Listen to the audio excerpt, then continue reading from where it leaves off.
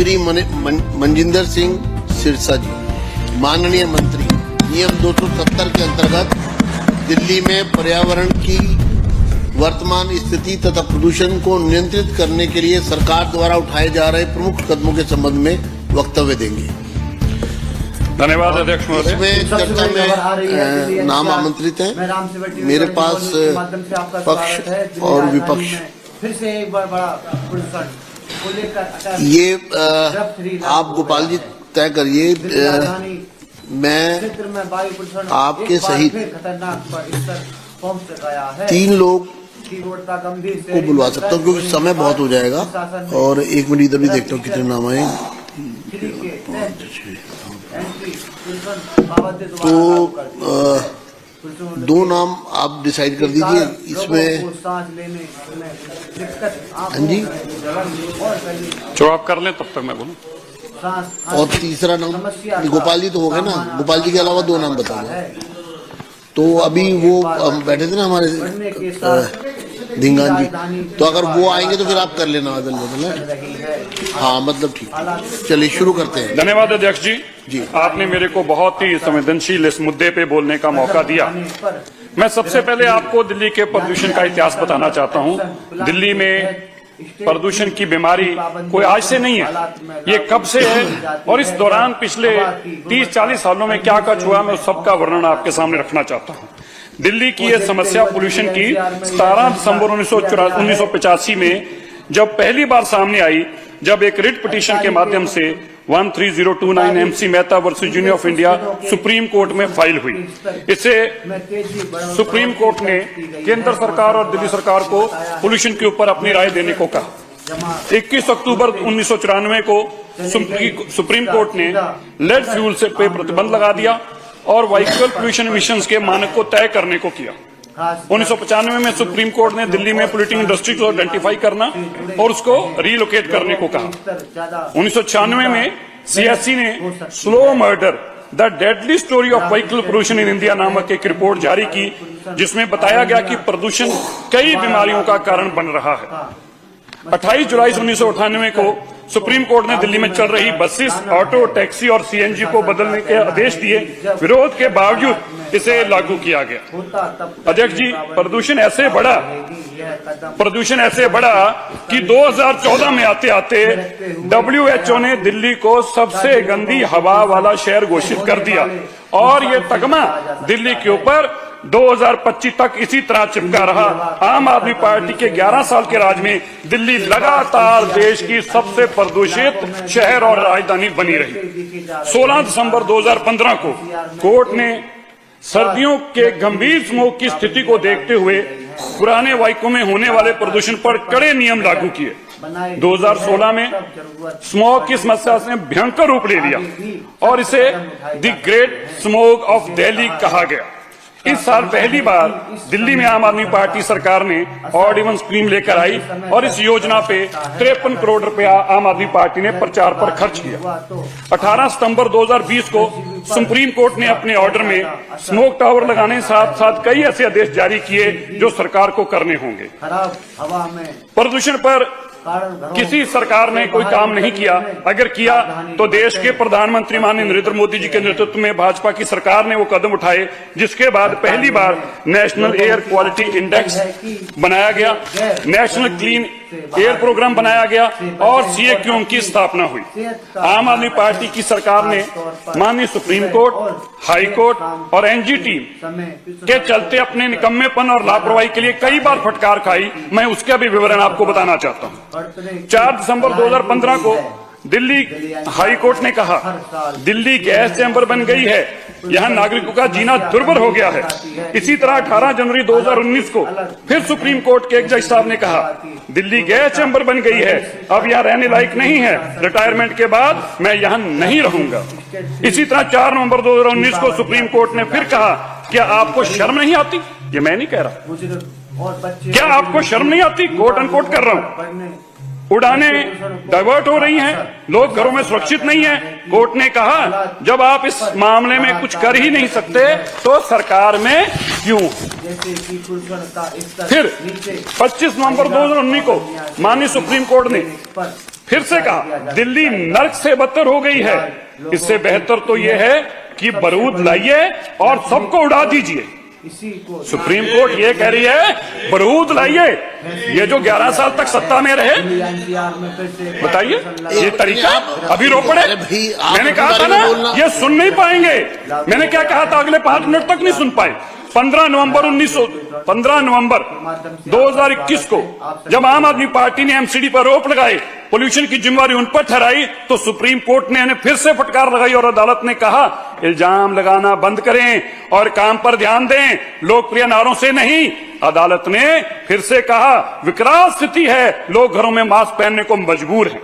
अध्यक्ष जी, odd even पर court ने क्या क्या कहा मैं वो भी बताना चाहता हूं। अध्यक्ष जी, ऑड इवन पर कोर्ट ने 15 नवंबर 2019 को माननीय सुप्रीम कोर्ट ने कहा यह प्रदूषण का कोई समाधान नहीं है। 7 नवंबर 2023 को माननीय सुप्रीम कोर्ट ने यहां तक कह दिया ऑड इवन महज एक दिखावा है और आम आदमी पार्टी प्रदूषण के खिलाफ कोई काम नहीं कर रही। 20 नवंबर 2023 को एनजीटी ने दिल्ली सरकार को फिर से फटकार लगाई और कहा तुम्हारी प्रदूषण कम करने की इच्छा शक्ति ही नहीं है तो सुधार कहां होगा। मतलब supreme court, high court, NGT बार बार बोल रहा है और बता रहा है कि आपने कुछ नहीं किया। मैं कैग रिपोर्ट के हवाले से भी आपको बताना चाहता हूं। इस रिपोर्ट के अंदर 2022 की ऑडिट रिपोर्ट के मुताबिक ऑड इवन की योजना लागू की गई, लेकिन 66% वाहन जो 2 पहिया वाहन थे, 2 व्हीलर थे, उनको छूट दे दी। 2018 से 21 के बीच में जिन गाड़ियों का पीयूसीसी टेस्ट किया गया उनमें से केवल 46% गाड़ियों का ही पीयूसीसी हो पाया। मतलब बाकी 54% गाड़ियां दिल्ली में धुआं फेंकती हुई और पोल्यूशन करती हुई घूमती रही। और तो और दिल्ली सरकार ने अपनी डीटीसी बसों तक का टेस्ट नहीं करवाया, यह कैग रिपोर्ट ने सामने ला कर दिया। कैग रिपोर्ट ने बताया कि जो एयर क्वालिटी मॉनिटरिंग सिस्टम इन्होंने लगाए थे उसकी लोकेशन भी सीबीसी गाइडलाइंस के मुताबिक नहीं थी। मतलब सारा मॉनिटरिंग सिस्टम और उसका डाटा में भी बेईमानी करने का काम आदमी पार्टी ने किया। कैग रिपोर्ट के मुताबिक ऑड इवन फेल हो गया, मॉनिटरिंग स्टेशन फेल हो गए और पीयूसी भी फेल निकला। तो फिर आपने किया क्या पिछले 11 सालों में? मैं अब WHO की रिपोर्ट के बारे में आपको बताना चाहता हूं। इसके साथ ही IQ एयरपोर्ट के अनुसार भी दिल्ली लगातार दुनिया की सबसे प्रदूषित राजधानी बनी रही। 2014 से लगातार 2018, 19, 20, 21, 22, 23, 24 हर साल दुनिया का सबसे प्रदूषित शहर AQI के मुताबिक भी दिल्ली की राजधानी बनी रही। मतलब पूरे 11 साल के कार्यकाल में यदि आम आदमी पार्टी ने कोई एक काम भी कीर्तिमान स्थापित किया है तो कीर्ति ने पता क्या स्थापित किया है कि लगातार 11 साल तक दिल्ली को सबसे प्रदूषित राजधानी बनाए रखने का तगमा इन्होंने अपने पास रखा। अगर एक काम वो किया तो नहीं किया है। अब मैं बताना चाहता हूं जो किया इन्होंने 11 साल में जो इन्होंने 3 काम किए। एक इन्होंने स्मोक टावर लगाया, वो भी सुप्रीम कोर्ट के कहने पे। मैं मानता हूं उसकी लागत ज्यादा से ज्यादा 3 से 4 करोड़ थी, लेकिन उन्होंने उसकी 23 करोड़ लागत लगाई। वो तो 23 करोड़ लगाई सो लगाई। अध्यक्ष जी 6 करोड़ रुपया स्मोक टावर के प्रचार पे लगा दिया जो सुप्रीम कोर्ट ने लगवाया था। और वो स्मोक टावर 1 साल चला, अगले साल से वो बंद पड़ा है कबाड़ का डब्बा। वो 23 करोड़ का डब्बा जिसके ऊपर 6 करोड़ 50 पे लगा 33 करोड़ मिट्टी कर दिया। ये एक काम किया। दूसरा ने काम किया बड़ा, कह रहे हम ऑड इवन लेके आए हैं। और ऑड इवन का क्या था भाई, एक दिन ऑड गाड़ी चलेगी, एक दिन इवन चलेगी। मैंने पढ़ाई दिया कि सुप्रीम कोर्ट ने उस पर क्या बोला, लेकिन इसके ऊपर जो कमाल किया 53 करोड़ रुपए इस पे प्रचार पे खर्च कर दिया। अगला काम ले आए रेड लाइट ऑन गाड़ी ऑफ, यह भी प्रचार के अंदर 20 करोड़ रुपया केवल रेड लाइट ऑन गाड़ी ऑफ के लिए 20 करोड़ रुपए का प्रचार पे खर्च किया। यह पोल्यूशन पे उन्होंने काम किया। एक तरफ जनता का पैसा बर्बाद कर रहे हैं और दूसरी तरफ उनको गंदी हवा भी दे रहे हैं। अब मैं बताना चाहता हूं national clean air programme NCAP ने इनको 2021 से 25 तक 81 करोड़ रुपया दिया। ये बहुत सुनने वाली बात है, मुख्यमंत्री जी आप करोड़ों रुपया दे रहे हैं खर्चने के लिए और लोग उन पर सड़कें बना रहे हैं। इन्होंने क्या किया, इन्होंने केंद्र सरकार ने जिनको 81 करोड़ रुपया दिया उसमें से केवल 14 करोड़ 10 लाख खर्च किया, बाकी सारे का सारा पैसा एज इट इज पड़ा रहा। मतलब जो केंद्र सरकार भी आपको हवा साफ करने को पैसा दे रही है उसको भी आप खर्च करने को तैयार नहीं। इससे स्पष्ट होता है कोर्टों की फटकारें आपको पड़गी, जनता की दुत्कारें आप खा रहे हैं, सबकी लताड़े भी खा रहे हैं, लेकिन फिर भी हाथ पर हाथ डाल रखे खड़े हुए हैं। अध्यक्ष जी, मैं अब आपको सदन में माध्यम से बताना चाहता हूं कि अभी तक केजरीवाल जी और उनके साथियों ने अलग अलग समय पे क्या कहा प्रदूषण को लेके। अक्टूबर 2018 में केजरीवाल जी कह रहे थे खराब AQI के लिए केंद्र सरकार, पंजाब सरकार और हरियाणा सरकार जिम्मेवार है। फिर 1 नवंबर 2018 में उन्होंने कहा सुबह 9 बजे आम जनता सड़कों पर रहती है, जिसके कारण 9 बजे के बाद दिल्ली में भारी ट्रैफिक जाम लग जाता है, इसके कारण प्रदूषण है। माननीय गोपाल राय जी ने तो यहां तक कह दिया कि लोग शादियों में जाते हैं, इसके लिए प्रदूषण बढ़ जाता है। फिर नवंबर 2018 को कहते हैं दिल्ली में बढ़ते प्रदूषण के लिए पंजाब की पराली जिम्मेवार है। फिर दिसंबर 2019 में अरविंद केजरीवाल कहते हैं मुझे खुद ही नहीं पता दिल्ली के प्रदूषण की वजह क्या है। इन्हीं का कोट पढ़ रहा हूं मैं तो। और आप देखिए हजारों सैकड़ों करोड़ रुपया प्रचार पे खर्चा कर रहे हैं और आप तक आज तक यही नहीं पता। और ये कब की बात है, 2019 में आपको यही नहीं पता कि दिल्ली में प्रदूषण का कारण क्या है। नवंबर 2021 में दिल्ली के पर्यावरण मंत्री माननीय गोपाल राय जी और अरविंद केजरीवाल जी बताते हैं दिल्ली में 70% प्रदूषण बाहर से आता है, 30% प्रदूषण अपना है। अच्छा चलिए मान लिया 30% ही अपना है, तो 30% प्रदूषण के लिए आपने क्या किया वही बता दीजिएगा। चलिए जनवरी 2023 में एक नया फार्मूला निकाल के ले आए। बोले कुल वायु का लगभग 1/4 हिस्सा लोगों द्वारा आग जगाकर हाथ सेकने से प्रदूषण हो रहा है। बताइए 1/4 हाथ सेकने से प्रदूषण हो रहा है। अब ये आंकड़े हैं। अच्छा चलो सबसे इंटरेस्टिंग आंकड़ा तो दिसंबर 2025 में आता है, क्योंकि सरकार में से चले गए। तो क्या बोलते हैं अरविंद केजरीवाल जी, दिल्ली के प्रदूषण पंजाब, हरियाणा और पराली के कारण नहीं है। तो इसका मतलब तो ये हुआ कि अब तक जो भी बोल रहे थे वो सब कुछ झूठ था, झूठ के अलावा कुछ नहीं बोल रहे थे। अब मैं आपको बताना चाहता हूं कि बजट में इन्होंने क्या कुछ किया। वर्ष 2023 में बजट में इन्होंने कहा कि प्रदूषण की निगरानी करने के लिए हमने 11 हाईटेक मोबाइल वैन लाएंगे। मैं सदन से पूछना चाहता हूं भाई, आप सब लोग विपक्ष के लोग बैठे हैं, वो 11 की बात की थी, एक भी आई? कोई दिल्ली में देखी आपने प्रदूषण को रोकने वाली वैन? एक भी लाइन नहीं ला सके। दूसरा आपने वादा किया कि PWD की 1400 किलोमीटर सड़कों का निर्माण और सुधार किया जाएगा, जबकि सारी सड़कें टूटी रही। 800 किलोमीटर सड़कें जो हमने ठीक करानी शुरू की हैं और 50,000 पोर्ट होल्स हमने आके भरे हैं। तो फिर आपने किया क्या था? तीसरा आपने वादा किया 2025 तक दिल्ली की सड़कों पे 10,000 बसें होंगी। कहां गई वो 10,000 बसें? बताइए, हम आके 1500 बसें लाए हैं तो अभी तक 5300 बसें पूरी हुई हैं। कहां गई वो 10,000 बसें जिसका वादा किया था दिल्ली का पोल्यूशन खत्म करने के लिए? वह भी हवाई हो गया। 2021-22 में महोदय इन्होंने कहा कि 2024 तक दिल्ली में कम से कम 25% इलेक्ट्रिक वाहन होंगे, ई व्हीकल्स होंगे 25%। अब आंकड़े बोलने थे, कुछ भी बोले जा रहे थे। कहां है वो 25%? अब तो आप बैठे हैं, आप बताइए 25% तो आज भी नहीं होने को तैयार हो रहे। आज भी 11% है और हमारे 1 साल के बाद, जबकि 4 लाख व्हीकल इसी साल में आए हैं। मैं कहना चाहता हूं घोषणाओं पे घोषणा। अब आगे सुनिए, 2018-19 में इन्होंने एक नया शगुफा छोड़ दिया। पता वर्ल्ड क्लास से कम की तो बात करते नहीं, आपको याद होगा, world class university, world class बोलते हैं। अब बोले यूनिवर्सिटी ऑफ वॉशिंगटन के साथ मिलकर रियल टाइम सोर्स एनफोर्समेंट की स्टडी करेंगे और वो भाई स्टडी पे पता कराएंगे पोल्यूशन का कारण क्या है। कहां भाई, वहां तो यूनिवर्सिटी वॉशिंगटन रही ना, रियल टाइम सोर्स की पता चल पाया और वो भी हवाई हो गया।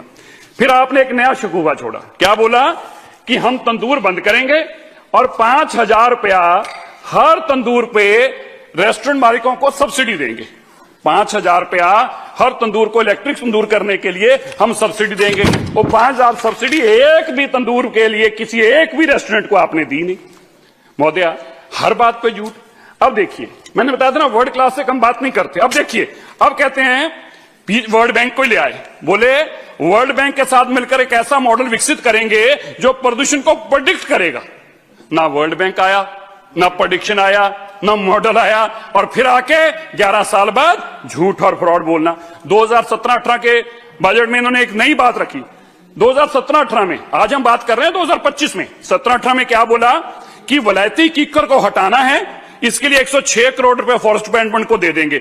वलायती कीकर को हटाएंगे, देसी लगाएंगे, 106 करोड़ रुपया भी देने की बात करी, लेकिन 106 करोड़ तो देने के बाद एक पेड़ भी वलायती कीकर को हटाने का काम इस सरकार ने पिछले 5 साल में नहीं किया। अच्छा आगे देखिए, अब मैं बताना चाहता हूं माननीय रेखा गुप्ता जी की सरकार ने क्या किया। 11 महीनों बाद, आपने 11 साल की बातें तो सुन ली हैं, झाड़ सुप्रीम कोर्ट से लेके, एनजीटी से लेके, हाई कोर्ट से लेके, सारे झूठे वादे बजट से लेके, और अब देखिए 11 महीनों में क्या हुआ। अब मैं सदन को बताना चाहता हूं कि माननीय मुख्यमंत्री रेखा गुप्ता जी के नेतृत्व में 11 महीनों में किए गए जो वादे और जो काम पोल्यूशन कंट्रोल के लिए एक पहले हमने नीति बनाई। हमारी नीति क्या है कि पोल्यूशन कंट्रोल करने के लिए 5 प्रमुख पायदानों पे काम करेंगे। क्या कर रहे हैं?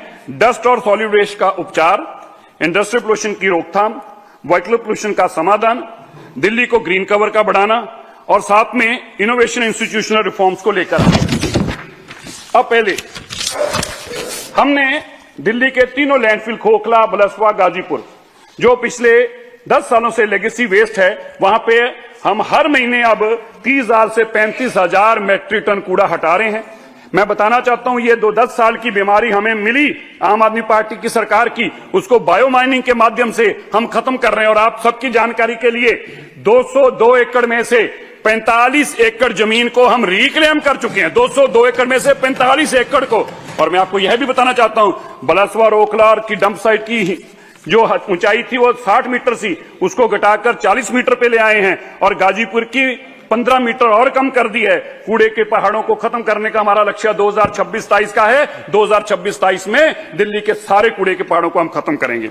इसी के साथ ही आज हम 9700 मैट्रिक टन जो कूड़ा आ रहा है उसको भी हम कूड़े को इकट्ठा करके वेस्ट टू एनर्जी के लिए काम कर रहे हैं और आने वाले दिनों में उसकी भी क्षमता बढ़ाकर 14,000 मैट्रिक टन पर लाने वाले हैं। अध्यक्ष जी, हम दिल्ली के प्रमुख वार्डों में हर महीने लगभग 250 मैट्रिक कूड़ा हटाने का काम कर रहे हैं, जो नई स्कीम के तहत हमने शुरू किया और इससे तहत दिल्ली में बहुत बड़ा कूड़ा मुक्त करने की एक जंग चल रही है। इसके अलावा रेखा गुप्ता जी की सरकार ने एमसीडी को, सॉलिड वेस्ट को हटाने के लिए 500 करोड़ रुपए की एक बारी की मंजूरी दी है, ताकि एमसीडी कामयाब जब तक नहीं होगी तब तक आप पोल्यूशन से लड़ाई नहीं लड़ पाएंगे। 500 करोड़ रुपए एमसीडी को एक बार की मंजूरी दी है और साथ में ही हर साल 300 करोड़ रुपया कूड़े को हटाने के लिए और सफाई करने के लिए अतिरिक्त दिया जाएगा। ये हमारा दिल्ली के अंदर कूड़ा मुक्त करने का, पोल्यूशन कम करने के मिशन पे लड़ाई है। दिल्ली में पहली बार सभी हॉटस्पॉट्स पर मिड स्प्रे लगाई गई। इसी तरह पूरी पोल्यूशन को, डस्ट को मिटिगेट करने के लिए और पोल्यूशन को कम करने के लिए अब तक 700 से ज्यादा जगहों पर मिस्ट स्प्रे लगाई जा चुकी है। इस साल हमारा टारगेट है 2,500 मिस्ट स्प्रे लगाकर हॉटस्पॉट्स के ऊपर पोल्यूशन को कम करना। अध्यक्ष महोदय, इसी तरह सीएनडी वेस्ट के लिए हमने 14 नई लोकेशन साइट्स को आइडेंटिफाई किया है।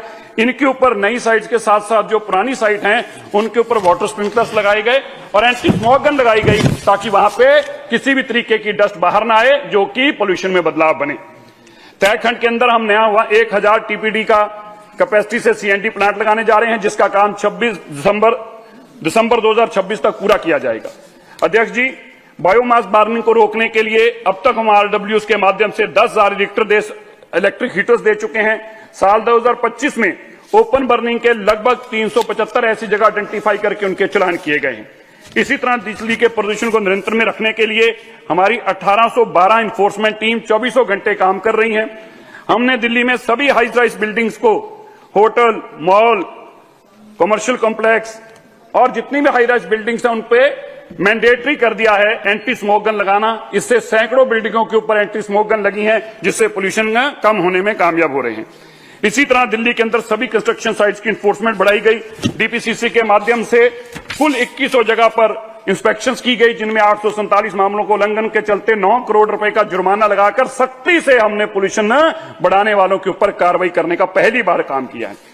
पोल्यूशन नॉर्म्स का उल्लंघन करने वाले ऐसे 1072 लोगों के और चालान किए गए। करीब 1 करोड़ रुपए की पेनल्टी भी लगाई गई। इसके अलावा मात्र पिछले एक हफ्ते में एमसीडी इन्फोर्समेंट टीम ने 1886 कंस्ट्रक्शन साइट्स का निरीक्षण किया।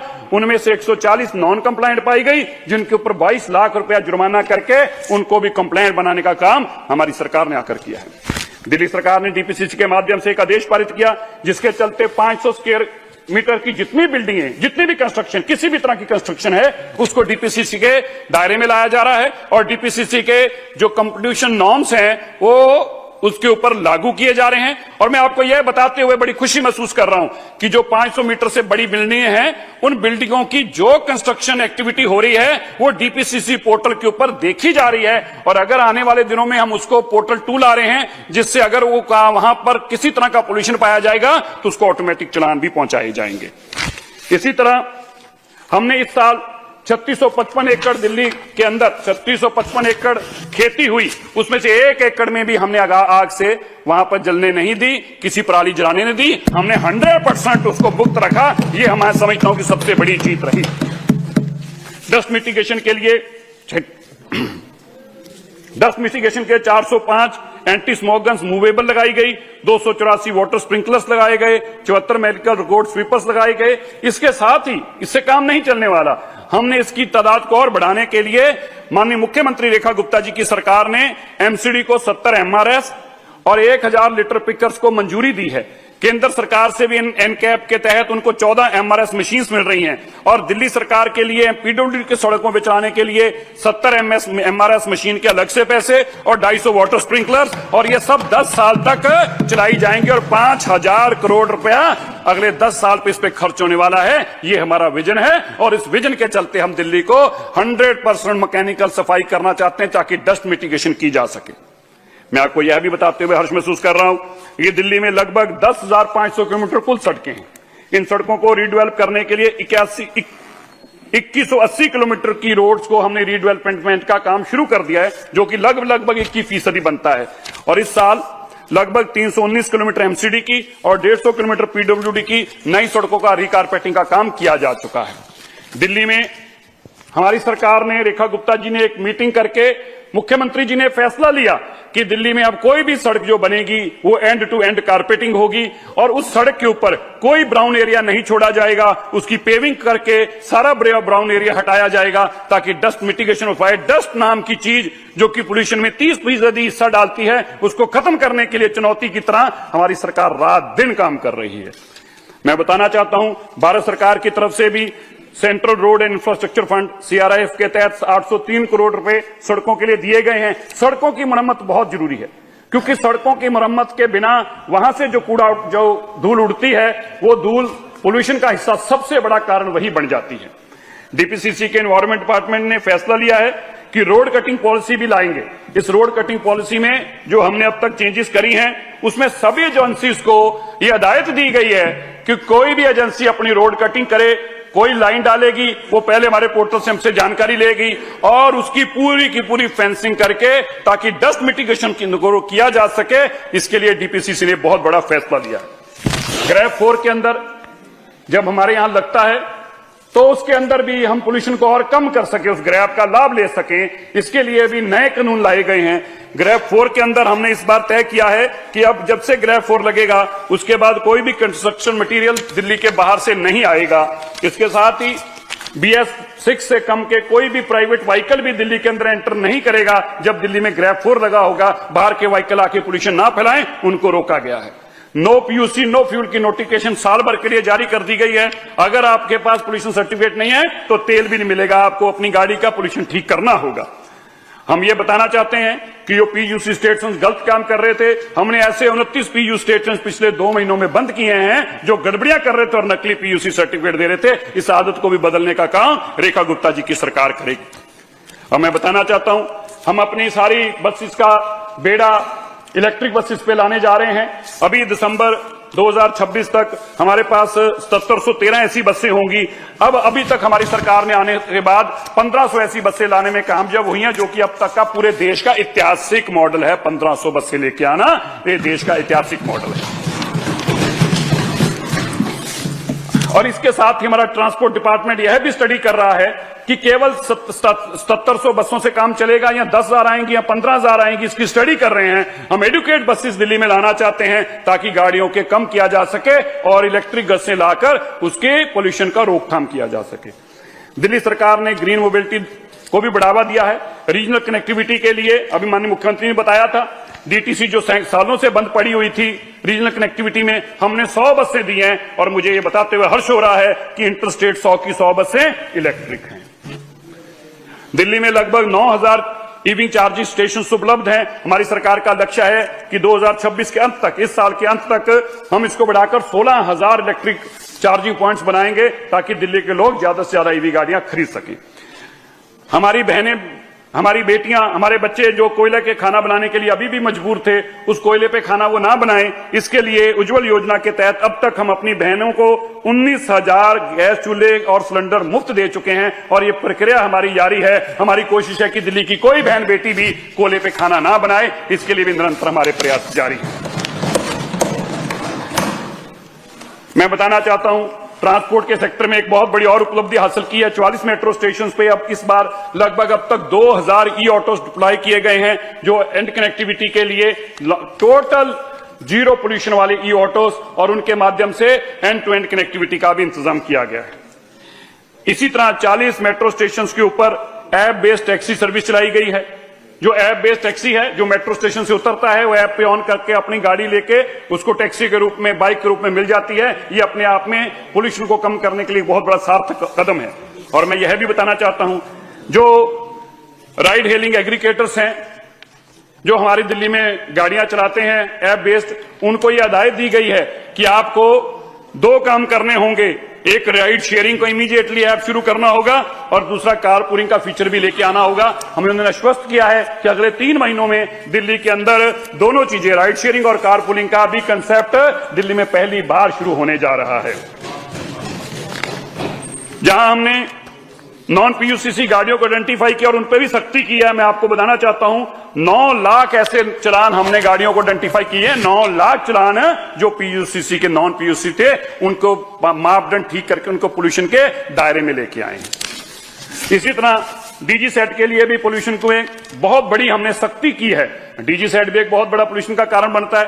अभी तक हमने 2000 डीजी सेट्स की इंस्पेक्शन कर चुके हैं, 411 को सील कर चुके हैं। इसी तरह सैकड़ों बेसमेंट्स को जाकर इंस्पेक्ट किया, उनमें से 318 बैंक्वेट हॉल्स को इंस्पेक्ट किया, और 318 बैंक्वेट हॉल्स को अब तक हम नोटिस देके उनका भी पोल्यूशन के मानदंड को ठीक करा चुके हैं। मैं बताना चाहता हूं, पुरानी सरकार आप सब जानते हैं, मेट्रो के नाम के ऊपर लड़ाई झगड़े करते थे, कभी पैसे नहीं देते थे। मैं अपने मुख्यमंत्री जी का धन्यवाद करता हूं।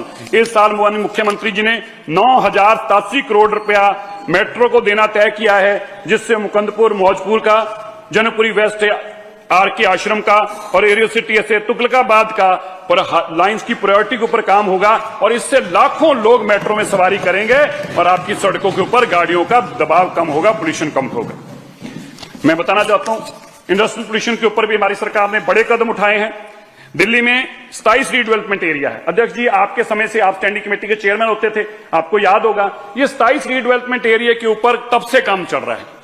10-11 साल मिले आम आदमी पार्टी को दिल्ली में सरकार बनाकर, एक भी एरिया को रीडेवलपमेंट, इंडस्ट्रियल एरिया को ये द्वारा उसके नक्शे जमा एमसीडी में नहीं करा पाए और उसको रीडेवलपमेंट का हक नहीं दे पाए। हमने आते ही उन 27 में से 23 इंडस्ट्रियल एरियाज का एमसीडी में नक्शे जमा करा दिए हैं, और साथ में इस एरिया में 8000 ऐसी इंडस्ट्री को आइडेंटिफाई करके डीपीसीसी के दायरे में लाए हैं, और वो 8000 इंडस्ट्री अब जीरो पोल्यूटिंग इंडस्ट्री बनकर रह गई है। ये कीर्तिमान स्थापित करने का काम भी रेखा गुप्ता जी की सरकार ने किया है। मैं आपको यह भी बताना चाहता हूं कि 2014 से लेकर 2025 तक लगभग 11 सालों के अंदर इंडस्ट्रियल एरियाज को बहुत तरीके से खत्म करता गए। उनकी सड़कों के ऊपर जो बुरा हाल है, आप सबके एरिया में पड़ता है इंडस्ट्रियल एरिया, उस पर किसी ने काम नहीं किया, और उन सड़कों के साथ इंडस्ट्री का पोल्यूशन, ऊपर से सड़कों का पोल्यूशन। पर हमने आकर 2026-27 में हमारा टारगेट है 1000 करोड़ की लागत से दिल्ली के 100% इंडस्ट्रियल एरियाज की नई सड़कें बना रहे हैं। 100% इंडस्ट्रियल, एक को भी नहीं छोड़ रहे। ग्रीन दिल्ली के लिए हमारा प्रयास आपको मैं बताते हुए यह भी बहुत हर्ष हो रहा है। 1994 के बाद, ध्यान सुनिएगा, 1994 के बाद पहली बार 10,082 एकड़ जमीन को हमने रिजर्व फॉरेस्ट घोषित किया है। इसके बाद इस जमीन पे कोई छेड़छाड़ नहीं कर सकता। ये हमारी सरकार का एक ऐतिहासिक फैसला है हरित दिल्ली को कायम करने के लिए। इस साल पहली बार एक पेड़ मां के नाम से, पिछले कई सालों से उसका स्कीम को दिल्ली में नहीं लागू किया गया, क्योंकि प्रधानमंत्री जी ने कहा था, ये तो ऐसे जिद्दी थे ना कि अगर प्रधानमंत्री कह देते थे प्लेट में खाना खाना है, तो ये प्लेट की जगह वो पचली में खाना खा लेते, पर प्लेट में नहीं खाते थे। कह रहे मोदी ने कह दिया प्लेट में खाना खाना है, तो इन्होंने एक पेड़ मां के नाम से स्कीम को लागू नहीं होने दिया दिल्ली में। पर मुझे खुशी है, माननीय रेखा गुप्ता जी की अगुवाई में शुरू की, और 20 सुप्रीम कोर्ट के जजेस ने आकर वहां पे पौधे लगा के इसको शुरुआत किया। और इसी तरह 75 देशों के राजदूत एक पेड़ मां के नाम पौधा लगाने के लिए आए, और दिल्ली को हरित दिल्ली बनाने के लिए हमने सांसद, विधायक, आरडब्ल्यू, काउंसलर के माध्यम से लाखों पेड़ लगाने का काम किया। मैं अध्यक्ष जी आपको बताते हुए बहुत प्रसन्न हूं कि केवल और केवल फॉरेस्ट डिपार्टमेंट ने ही इस साल 53 लाख पौधे लगाए हैं, जबकि कुल पौधे 75 लाख हमारे इस साल में लग रहे हैं। ये अपने आप में एक नया कीर्तिमान हमने स्थापित किया है। भविष्य में दिल्ली में 20 नए जंगल बनाए जा रहे हैं। इनमें 2 मियावाकी जंगल हैं और 18 नमो जंगल बनाने का काम। सोचिए, दिल्ली के अंदर जंगलों को स्थापित करने का काम भी भारतीय जनता पार्टी रेखा गुप्ता जी की सरकार कर रही है। इसी तरह इनोवेशन और इंस्टीट्यूशनल रिफॉर्म्स के तहत प्रशासनिक सुधार और नवाचार में माननीय रेखा गुप्ता जी की अध्यक्षता में एक फैसला लिया गया कि एक एक्सपर्ट ग्रुप का गठन किया जाएगा। उस एक्सपर्ट ग्रुप का गठन किया गया जिसकी अध्यक्षता farmer environment secretary government of India कर रही है, जो देश की प्रतिष्ठित स्थानों के वैज्ञानिक और अदर एक्सपर्ट्स हैं वो उसके मेंबर हैं। और इसी तरह एक implementation committee on control of air pollution भी स्थापित की गई, जिसके मुख्य हमारे चीफ सेक्रेटरी साहब उसके अध्यक्ष हैं और हमारे सेक्रेटरी सभी डिपार्टमेंट उसके मेंबर हैं, और वो हमारी स्कीम को लागू करने के लिए वीकली मीटिंग्स कर रहे हैं। ये दोनों कमेटियों के लागू होने से दिल्ली के अंदर पोल्यूशन के ऊपर एक बहुत बड़ा हम रोकथाम करने में कामयाब हो रहे हैं। हमने इनोवेशन चैलेंज के माध्यम से देश के सभी वैज्ञानिक और उद्यमियों को आमंत्रित किया, और आप सुनकर हैरान होंगे, अब तक 285 ऐसे समाधान प्राप्त हुए हैं, जिनमें से 52 समाधान को शॉर्टलिस्ट किया गया है। और इन सोल्यूशन टू एलिवेशन, इन सोल्यूशंस के लिए हमने IIT, DTU, CSIR इनको एवेल्युएट कर रहा है, और इनकी एवेल्युएशन के बाद इनमें से जो लागू होंगे उनको हम दिल्ली में पोल्यूशन को कम करने के लिए लागू करेंगे। जैसे स्मोक ईटिंग सर्विस के लिए हमने IIT मद्रास के साथ एक MOU साइन किया है। कैटलिक कन्वर्टर, रेट्रोफिटिंग डिवाइसेस और पोल्यूशन अब्जॉर्बिंग डिवाइसेस के लिए हमने दिल्ली IIT के साथ एक मसौदा साइन किया है। इनके माध्यम से हमें जो सारी जानकारियां आएंगी उनके साथ हम आने वाले दिनों में पोल्यूशन को कम करने के लिए गाड़ियों के ऊपर और बाकी रेट्रोफिटिंग के माध्यम से पोल्यूशन को कम कर पाएंगे। हम बताना चाहते हैं कि इन्फोर्समेंट के लिए हमने और सख्ती से कदम लिए हैं। पुलिस के साथ साथ हमने 600 दिल्ली पुलिस को और DPCC को 100 वायु रक्षक दिए हैं, जो रात दिन इस पोल्यूशन के ऊपर काम कर रहे हैं। साथ ही 2024 में DPC में कुल 233 पद रिक्त थे। 2024 में 233 पद जो थे वो खाली थे। हमारी सरकार ने 11 महीनों में उन 233 में से 187 पद भरने का काम किया है, 11 महीनों में। और अध्यक्ष जी, 11 सालों में आम आदमी पार्टी वो काम नहीं कर पाई जो हमने आके केवल 11 महीनों में करने का काम किया है। मैं बताना चाहता हूं, DPCC के माध्यम से हमने परमानेंट सर्वेयर्स को हायर किया है। ये सर्वेयर्स 365 दिन दिल्ली की सड़कों पे रहेंगे। दिल्ली की सड़कों पे जो पॉट होल्स हैं, दिल्ली की सड़कों के ऊपर जो बॉटलनेक्स बने हुए हैं, और कोई कारण बनता है जो भी पोल्यूशन का, उसको आइडेंटिफाई करके ये हमारे ग्रीन रूम तक देंगे और हम उसके संचालन को तंदुरुस्त कर पाएंगे। इसके लिए भी हमने एक नई स्कीम लेके आए हैं। एनवायरमेंट डिपार्टमेंट में भी हमने भर्तियों को संचालक रूप से किया है, और पिछले 11 महीनों में जो हम भर्तियां कर पाए हैं, मैंने पहले भी कहा, वो 11 सालों में ये नहीं काम कर पाए। ये अंतर है। जनता का, एक पार्टी जनता का पैसा बर्बाद करती रही और दूसरी पार्टी जनता के लिए काम कर रही है। ये दोनों पार्टियों के काम करने का अंतर है। और अध्यक्ष जी, मैं बताना चाहता हूं कि हमारी नीतियों के कारण और पिछले कई महीनों से लगातार काम के कारण इसमें अंतर क्या आया। मैं AQI के आंकड़ों का अंतर, जो कि AQI तो आपके सामने है, उसका अंतर आपको बताना चाहता हूं। साल 2021 से 2024 तक दिल्ली का औसतन AQI 209 रहा। परेश जी, मुख्यमंत्री जी, साल दिल्ली का औसतन AQI आपके समय पे साल 2021 से 2024 तक औसतन AQI 209 रहा, 209, जबकि हमारी सरकार का इस साल का औसतन AQI 12 महीनों का 200 रहा, जो कि 9 पॉइंट पिछले 4 सालों से कम है। जबकि 10% ट्रैफिक में इजाफा हुआ और 18% कंस्ट्रक्शन में इजाफा हुआ, इसके बावजूद हमारा AQI कम हुआ।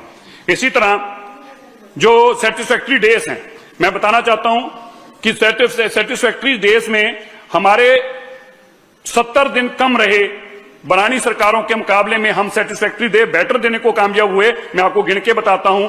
इसी तरह 70 दिन एवरेज इनका 2018, 19, 20, 21, 22, 23, 24, 7 सालों में आपकी 70 दिन की एवरेज रही सेटिस्फैक्ट्री डेज की, पर हमारी 79 दिन, हमारी एक ही साल में आके हमारी उससे 9 दिन बेहतर हमने सेटिस्फैक्ट्री डे देने का काम किया। यह भी अपने आप में ऐतिहासिक है, बताता है कि 11 महीनों में सरकार कैसे काम कर रही है। अब मैं बताना चाहता हूं स्वेयर डेज के ऊपर, जो बहुत दिन खराब रहे, उसमें आपके समय पे 30 रहे, हमारे 8 रहे। 8 स्वेयर डेज इनके समय पे 30 एवरेज रही और हमारे समय पे 8 रहे।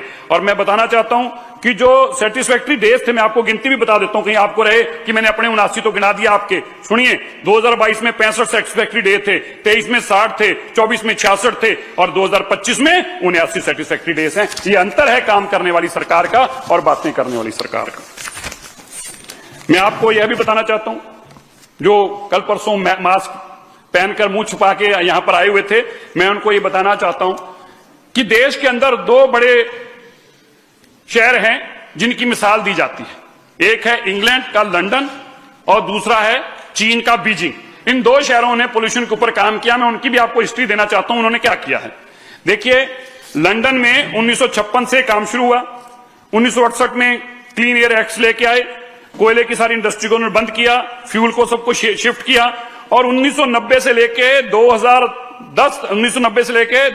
तक 10 साल निरंतर उन्होंने तय कर दिया कि बाहर की ट्रैफिक हमारे अंदर नहीं आएगी। 100 पाउंड एक एंट्री फीस लगा दी और उनको 10 साल लगे अपने मापदंड को ठीक करने के लिए, मात्र लंदन के अंदर, और वैसे उनको 50 साल लग गए अपनी हवा को ठीक करने के लिए। अब बीजिंग का सुनिए।